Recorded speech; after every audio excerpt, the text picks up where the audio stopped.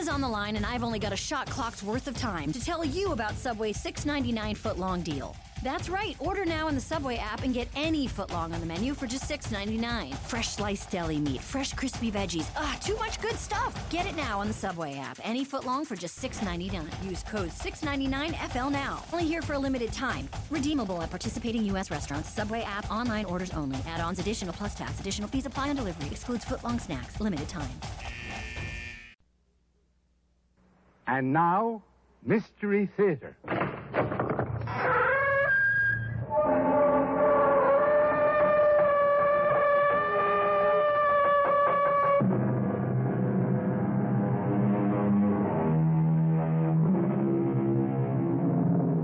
Come in.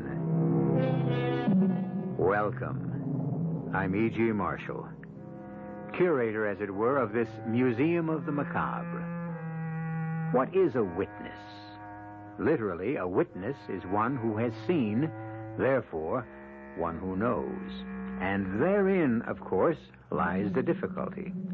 If our knowledge is based on what we have seen, how well may we trust the evidence of our eyes? This is a problem that confronts all of us every day.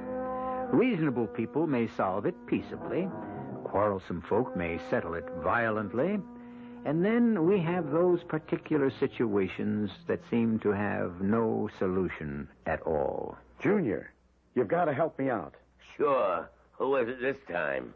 Mr. Hoffman. You got to take care of him.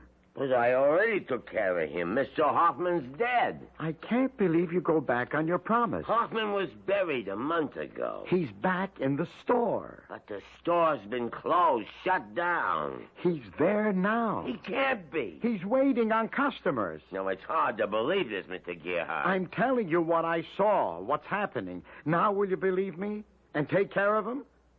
Yes, sir. The customer's always right.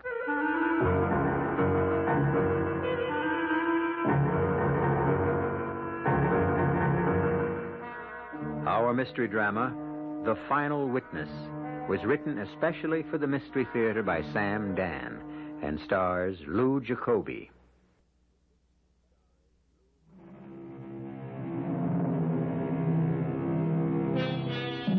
For many of us, life follows familiar, even routine pathways. Occasionally, we may be temporarily dislocated by a war or some natural or man-made disaster. But all in all, life takes on the rhythm and tempo of the oceans. After the most violent storm, the sea becomes quiet and the air is calm. The key word for so many of us is predictable. There is no ecstasy, but merely amusement, and no tragedy, just irritation. Meet the Gearharts, a married couple approaching middle age, Oliver and Cassandra Gearhart. It is after dinner, or as they would call it, supper. They are sitting in their living room.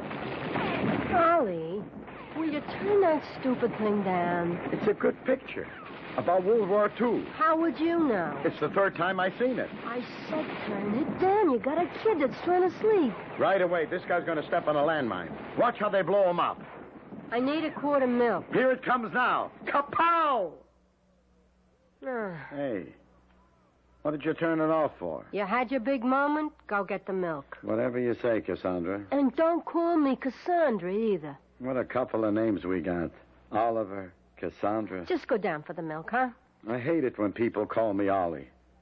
On the other hand, you want to be called Cassie. Go down to South Main where they got a milk machine. But Hoffman is closer. Hoffman charges a nickel more. Is a nickel going to break us? A nickel here, a nickel there. Anyhow, you go to Hoffman's, you hang around for hours and chew the fat. Mr. Hoffman is an intelligent man. He's a funny duck. Besides, he's a foreigner. Everybody in this country's a foreigner. Except maybe the Indians. You know what I mean by a foreigner. Go get the milk. Okay, Cassandra. And don't call me Cassandra.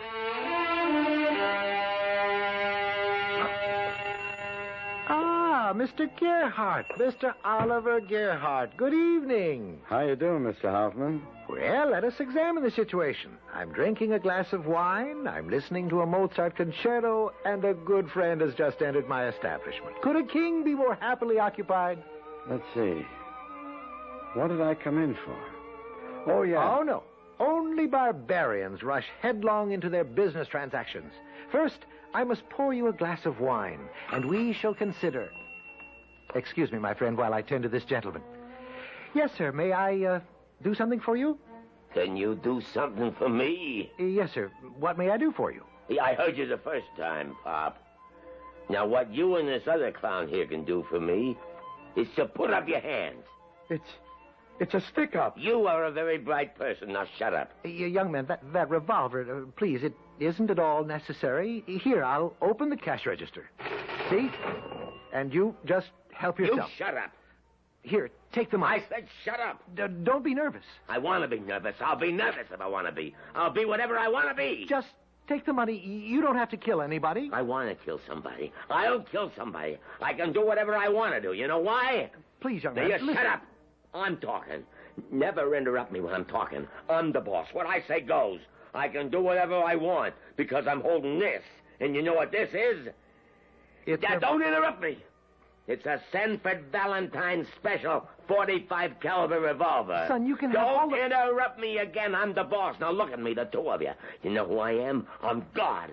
And right now I can strike you dead. Here's the money. I told you not to interrupt. You will never interrupt me again. Never. Never. Never.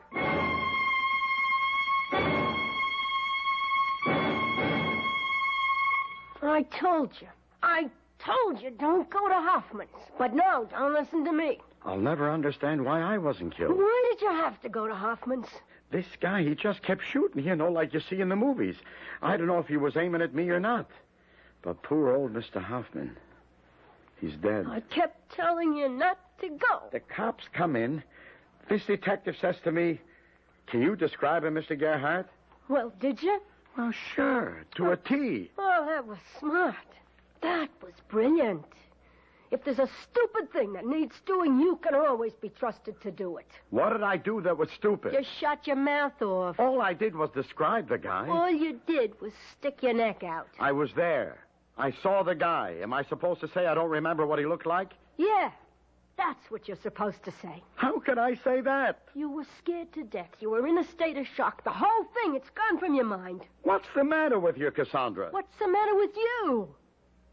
You got a wife, a family. And this killer, friends. Maybe they won't like the idea that you want to identify him. Do I have to spell it out?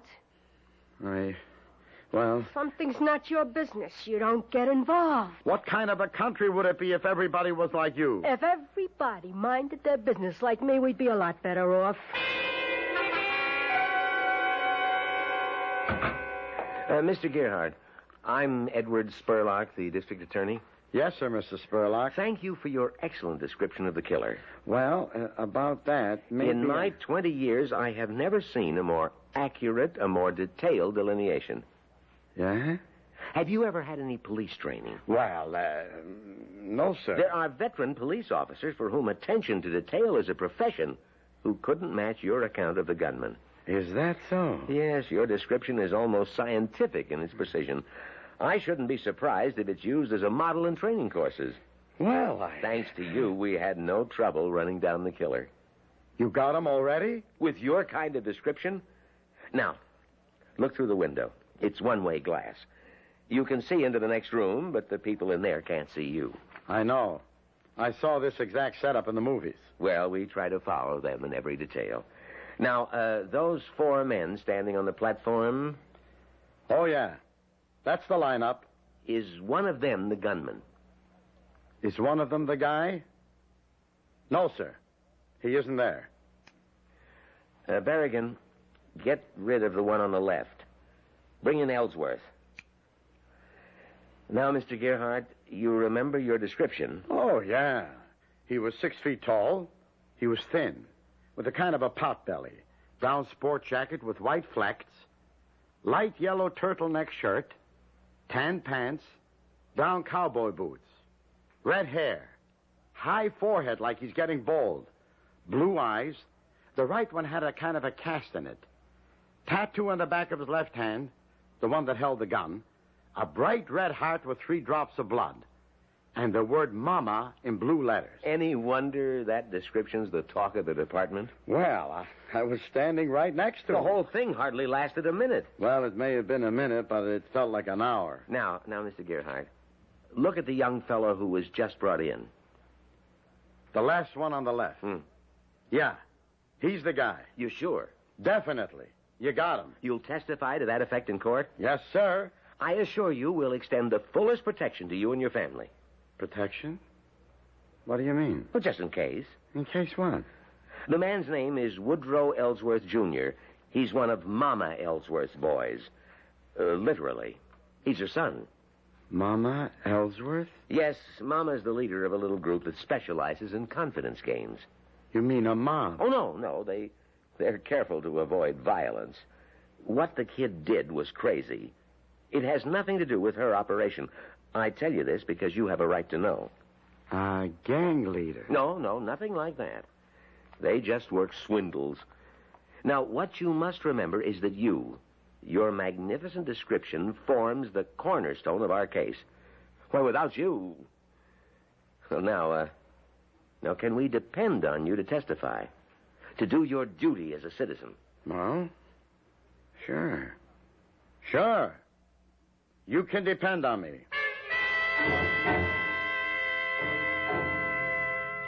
It's my duty as a citizen, Cassandra. How about your duty as a husband and a father? Hey, it's almost time for the 11 o'clock news. Who cares? I'm on it. Can you imagine? Me on the news. They come by the shop lunch hour to tape it. You should have seen everybody. I mean, even Mr. Perkins. He was impressed. Oh, sure. For the first time in my life, I felt I was somebody. Oliver, if Hoffman was someone we knew, like a friend of ours. I knew him. He was a friend of mine. He was such a weird guy. What do you mean weird? He had crazy ideas. He talked like a nut. And another thing. You ever ask yourself, what was he doing around here? He was running a grocery store. A guy like him? Well, what do you want to run a grocery store for? I never trusted him. What does this have to do with my... Ollie, people like us, we can't afford to get involved. But I told the cops and everybody. What'll people think of me? Like they say in the movies, you want to know the bottom line. Okay, the bottom line. You identified this guy at the trial. A couple of weeks, a couple of months, maybe a year later, they find your body in some alley. Or maybe in the trunk of a car. No, Cassandra. Don't call me Cassandra. You mean it don't happen? And it'll be in the papers. And everybody will say, oh, yeah, that's Oliver Gerhardt who testified at that murder trial. What a jerk. He should have kept his mouth shut. You mean it's right for a guy to come in and just murder Mr. Hoffman? I don't say it's right. You gotta admit it's wrong. What it comes down to, Ollie, is right or wrong. We can't afford to get involved.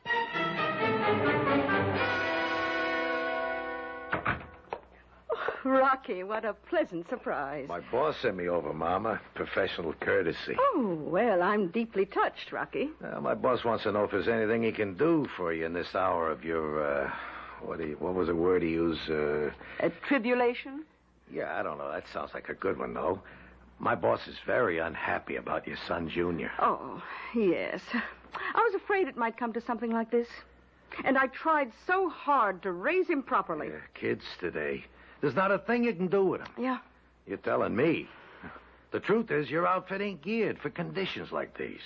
I mean, you ain't got a halfway decent button man in your whole entire organization. Oh, that's true. But we specialize in other aspects. Yeah, my boss understands.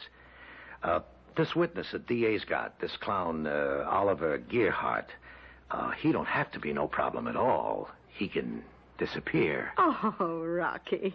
Well, thank your boss for me. Well, off the record, it ain't just a favor for you. This could make pigeons everywhere think before they sing. The boss used a great word he said would be... therapeutic? Yeah, something like that. Uh-huh. All you got to do is give a nod. Well, you tell that dear, kind man I'm eternally in his debt. And I may accept his offer, but only as a last resort. Well, there ain't no last resort. How are you going to keep this Fink from getting on the stand? Oh, but I want him to get on that stand, Rocky. Mama, he gets on that stand, and Junior's lost forever. No.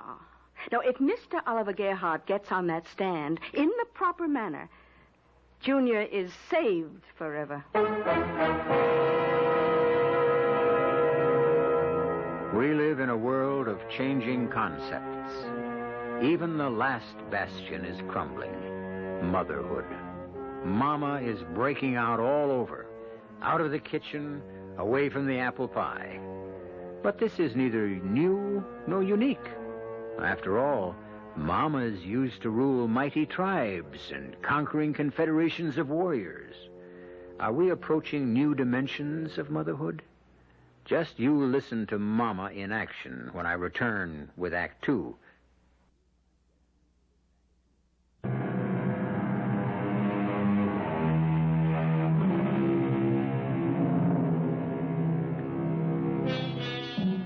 It isn't easy. It was never easy to be a witness for the truth. As a group, people who bore such witness found their reward in personal satisfaction, because other rewards have traditionally been quite scanty, to say the least.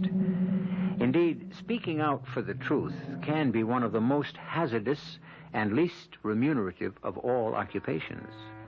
However, from time to time, fate points the finger, and the selection or the election to witness can happen to anyone at all, even to Oliver Gerhardt. Oh, excuse me, sir. Do you mind if I share your table? Help yourself.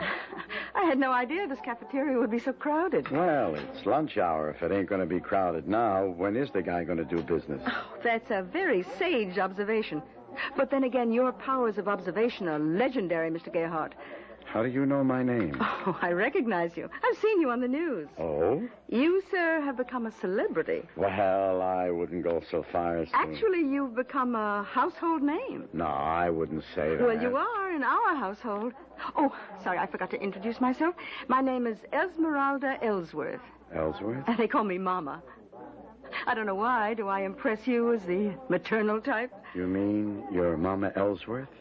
You're the mother of that killer? Oh, killer is a harsh word.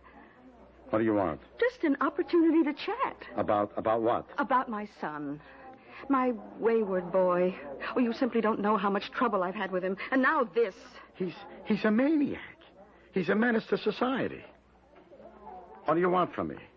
Already gave the cops the description. Well, when an unfortunate event occurs, we cannot undo what has happened, but what we can do is make the very best of it. Now, Woodrow Ellsworth Jr. did murder a Mr. Ferenc Hoffman. You admit it? My dear Oliver, would I insult your intelligence? We know who Woodrow Ellsworth Jr. is, but who is Ferenc Hoffman? Don't you knock Mr. Hoffman. I mean, he might have been a foreigner and all that, but he was my friend. Yes, and as his friend, you have a responsibility to him. Oh, well. Then what are you trying to do? Mr. Hoffman, there were many things about him that you may have been unaware of. Look, nothing you can say about old Mr. Hoffman could justify... Mr. Hoffman was a saint, a great-hearted man whose life was dedicated to helping others. Now, like many people of his kind, he died penniless. His widow will try to support herself and an invalid daughter on a meager Social Security pension. Now, doesn't Mr. Hoffman deserve better? Well, sure, Now, but... probing further into the affairs of our good Mr. Hoffman, did you know that he was practically in the terminal stages of an incurable disease? What are you saying? At most, he had 3 or 4 months to live. Now, suppose my son had not shot him. Look, you're going too fast for me. Life is going too fast for you, Oliver. You must catch up with it. Now, had death claimed him due to natural causes, his unfortunate family would be forced to exist in penury. I never knew he had a family. Instead, my poor boy, Junior, can now literally become their savior. I don't follow you. Well, I would be willing to compensate for Junior's rash action. I would guarantee the Hoffman family a comfortable monthly income. What's the catch? Oh, no catch. A condition.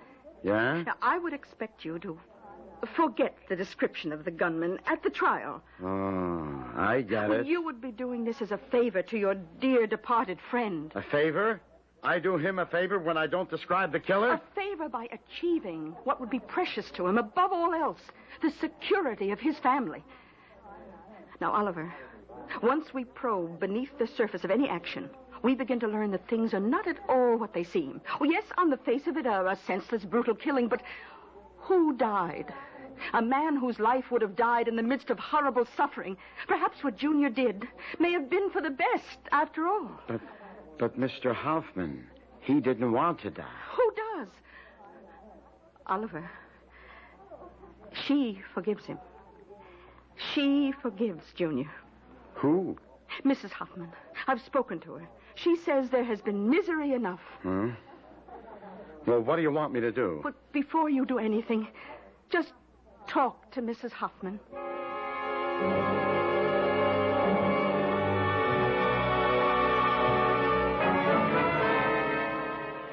Yes, Ferenc spoke of you. He would say that Ollie Gerhardt, there was a human being.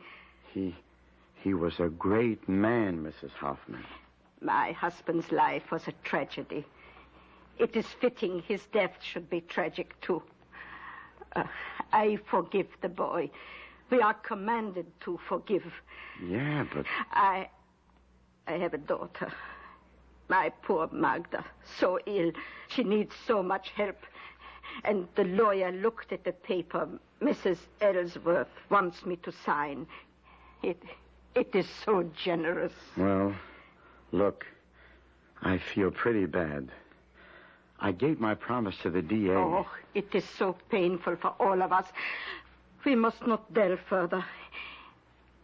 If I can forgive him for taking Ferenc's life, can you not also forgive him for sparing yours? Look, I'll go to the DA. I'll tell him. I might have made a mistake. No. But I thought you... No, you must not tell anyone. Not until the district attorney places you on the stand and asks you directly.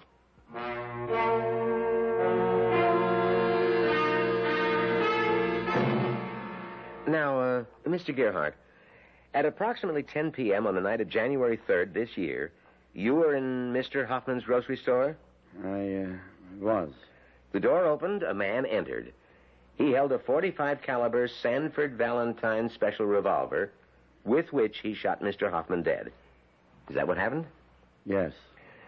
Now, that man who wantonly killed poor Mr. Hoffman, did you see him?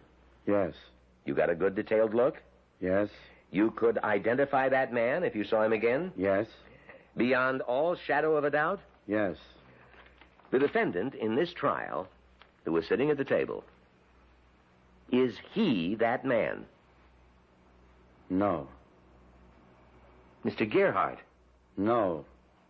But you positively identified that I was wrong. I made a mistake. Oliver, I gotta talk to you. Where's the money? What money? The money you took to forget what the killer looked like. What are you saying? I'm only saying what everybody else is saying. Yeah, that's what everybody keeps saying, all right, but... But what? It ain't true. You had the identification down cold. What made you change your mind? Oliver, you were paid off. How much did you get? I didn't get anything. Do you expect me to believe that? Yes. Then you're a fool. You're the one. You're the one who kept saying, don't get involved, don't identify him, think of the safety of your family. You also had a duty as a citizen. Now you're hopping on that bandwagon. What bandwagon? Before the trial, you were saying to me, Ollie, you're crazy. They're going to fish your carcass out of the river. What are you getting mixed up in it for? Okay, so I backed off. And now everybody said, on account of guys like you, crime's going to take over the country. How much did they pay you to keep your mouth shut? That's what I want to know. How much? Nothing. I told you. Nothing. Then why did you do it? Okay. Somebody has to believe me. Somebody should know why I did it. And it wasn't for any money. What was it for? Come on. I'll show you.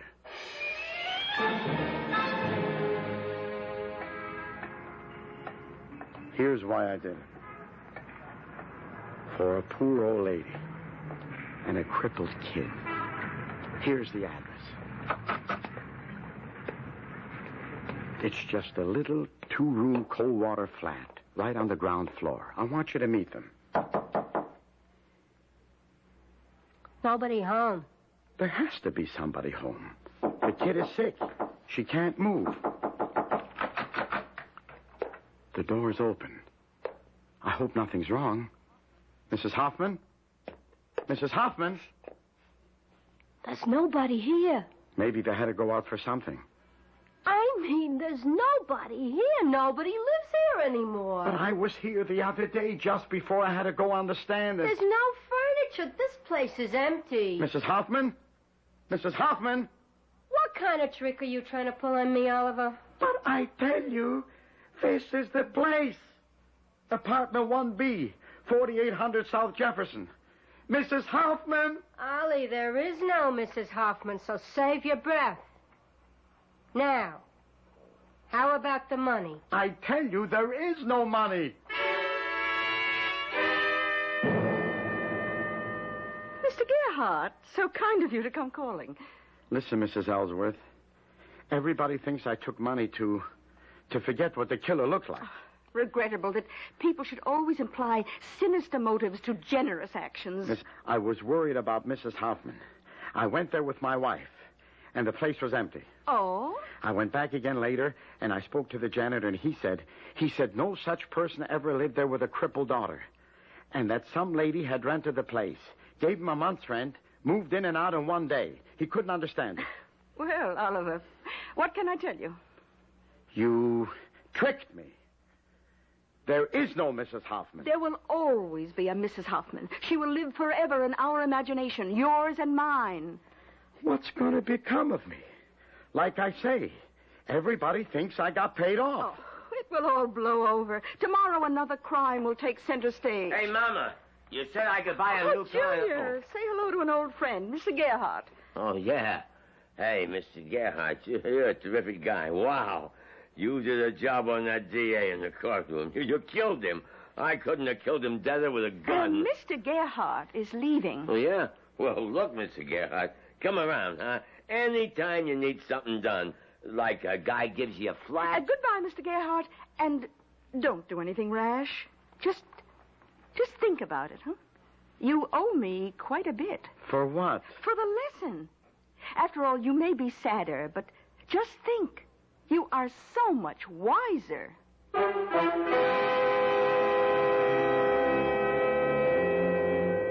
Sadder, but wiser. A pity that many of us must know sadness before we may acquire wisdom.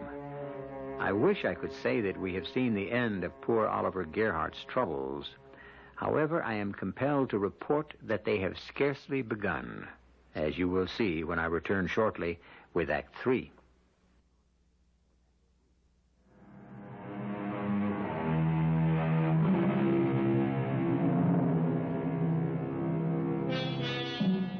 If the road to hell is paved, as they say, with good intentions, then much of the concrete for that highway has certainly been poured by our friend Oliver Gerhardt. A brutal killer has gone free, cleared forever of a vicious, wanton murder, simply because of Oliver's refusal to identify him. But Oliver was convinced he was performing a noble act. However, a cynical world has other ideas, including Oliver's loving wife. Who is she? Who's who? The other woman. What other woman? The one you're gonna run away with. What are you saying? I figure you have to be planning on running away because you haven't asked me for a divorce. What are you talking about? That's what you're gonna use the money for. Another woman. There ain't no other woman. Don't lie. You never thought of running off with another woman. Sure, I thought about it. And you admit it. Every man thinks about it. That don't mean I got one. If you're thinking about it, then you're holding on to the money until you find one to run away with. I give up. I quit. Ollie, I'm entitled to some of that money. I mean, look, you were all ready to be a hero. I'm the one who made you think twice, wasn't I? I'm the one who made you see the light. Won't you even try to understand something? Besides, I'm your wife. There's no money. I'm warning you, Ollie. You're not going to pull a fast one on me. Hey, where are you going? Out.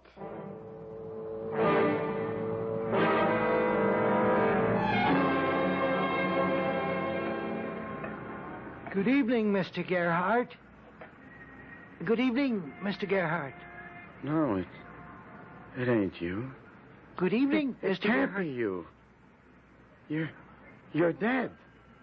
You're dead, Mr. Hoffman. Aren't we still friends, Mr. Gerhardt? I gotta be seeing things. It's been weeks since you've come into the store. I've been wondering, have I done anything to displease you?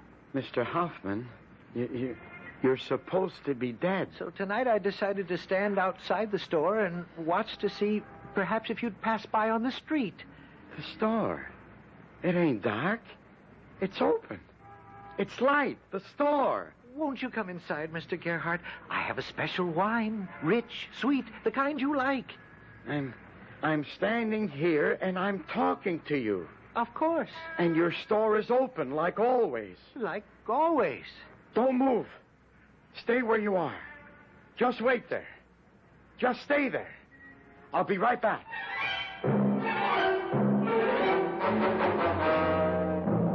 What do you mean, dragging me out on the street this hour of the night? I saw him. Oh, sure. I saw him. I spoke to him. Like you saw and spoke to his wife. I'm not crazy.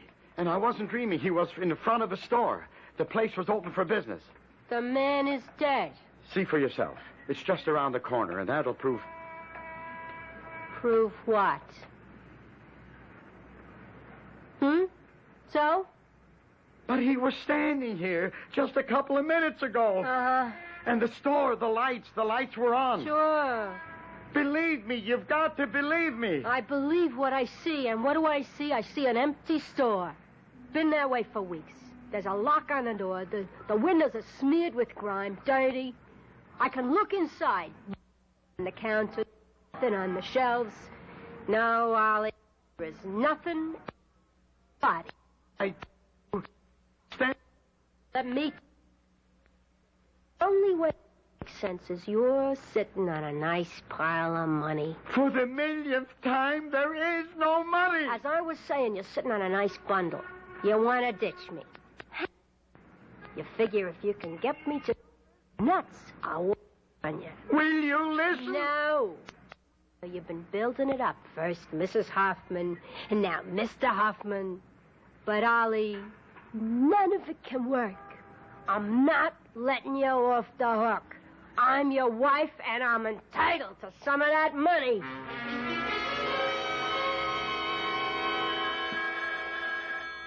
Holly? What? The phone. The phone? Can't you hear the phone? Who'd be calling me at this hour of the night? You better answer it. Hello? Mr. Gerhardt? Yeah? Good evening. This is... No. Well, I'm sorry if I'm calling so late, but you must forgive me.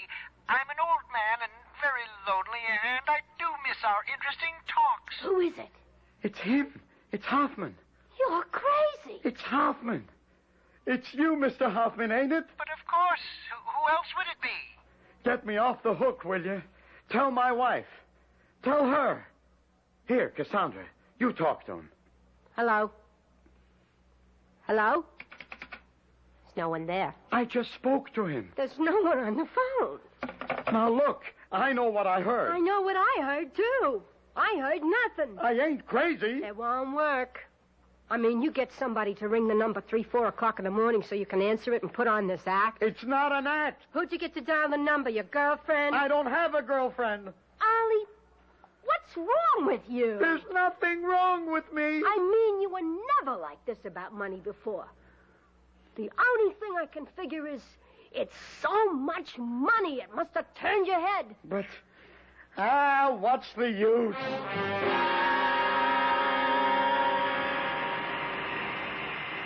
Hello, Mr. Gerhardt. What's that? I said, hello, Mr. Gerhardt. You? How did you get in here? You really don't know a man until you see him engaged in his profession, don't you think? Look, nobody's supposed to be in here unless he's authorized personnel. You're a machinist, a skilled craftsman. Mr. Hoffman, are you standing here? You see me. You speak to me. But why? You're supposed to be dead. What does that mean? All it means is that other people cannot see me. But why do you come around to me? I like you. I miss our talks. You never come around in the evening anymore. How can I when you're... I'm open. I keep the store open late, as usual. Promise me you'll come to see me tonight. Well, I do miss our little talks. Promise? Yeah, I promise.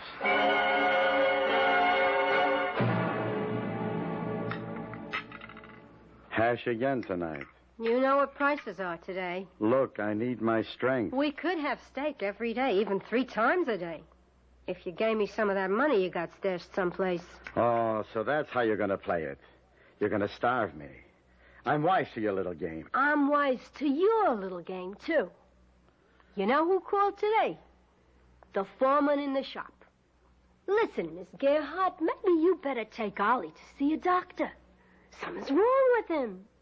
This afternoon, he shut down his machine and just stood talking for 10 minutes to a little man who wasn't there.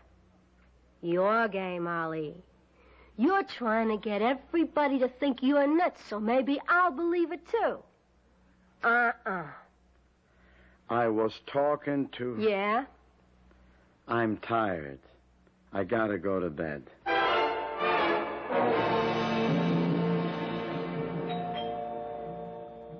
Ollie? It's the door. Somebody's at the door. Huh? I said somebody's at the door, and it's after midnight. Who is it this time? We'll go see. Okay. Good evening, Mr. Gerhardt. It's you. You didn't come by this evening. I thought perhaps something might be wrong. Will you let me alone? We used to be such good friends. What happened? Is this how you're getting back at me? Back at you? For what? For what I did at the trial. Is this what you're going to do to me? Drive me out of my mind? I don't understand. All I want to be is your friend. Hey, what did you slam the door for? Why did you think I did? I can't let you stand there talking into an empty hallway. What do you want the neighbors to think? But Hoffman was... Okay, right here. Cut the act. Put a stop to it. You hear? Yeah. I'll put a stop to it. I know just how I can put a stop to it.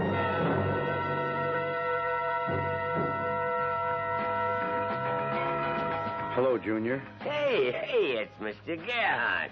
My best buddy in all the whole wide world. Have a drink. No, I better not. And you better not either. No, why? Remember, Junior, you said if I ever needed anything done, if some guy was giving me the flack... You mean you want me to take care of a guy for you? Mr. Gerhardt, anytime, any place, anybody. Do you remember where Mr. Hoffman's grocery is? Sure. Can you meet me in front of the place in exactly 1/2 hour from now? Mr. Gerhardt, you got yourself a deal. Now, what do you want me to use? I got the 45, and I got a 357, or a special 38. Use whatever comes natural, I guess.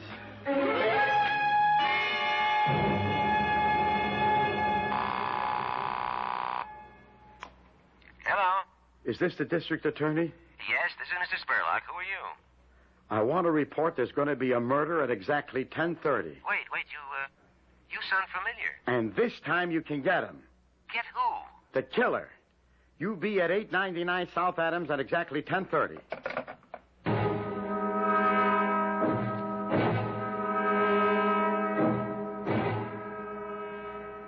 Hello, Junior. Hey, Mr. Gerhardt.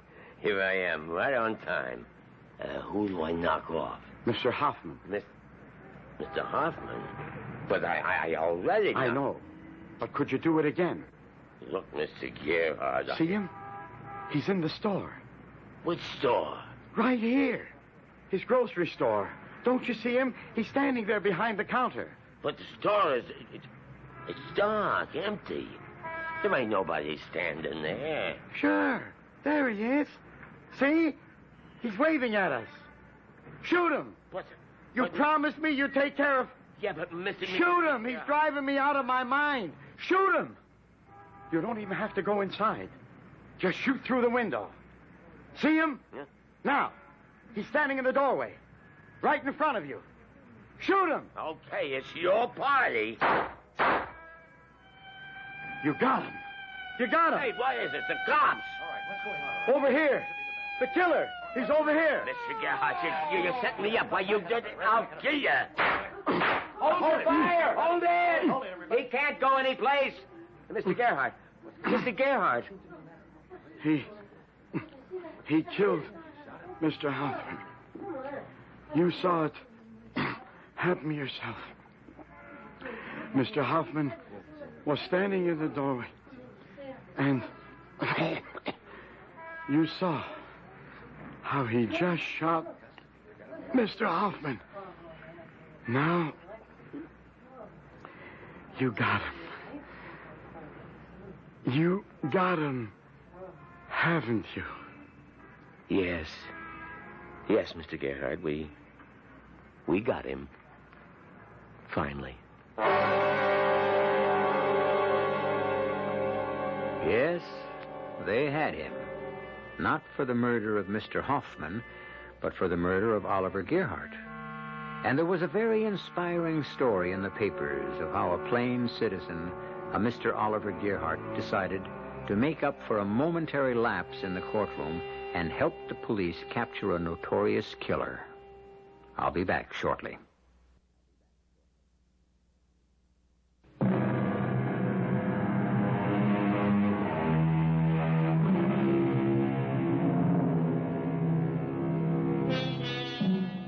It's easy to condemn poor Oliver Gerhardt, and yet how many people step fearlessly forward to perform the duties of citizenship in the face of danger?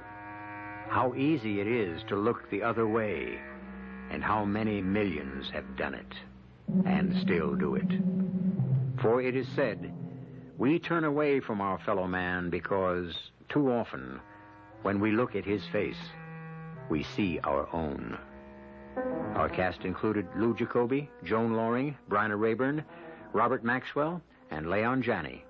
The entire production was under the direction of Hyman Brown.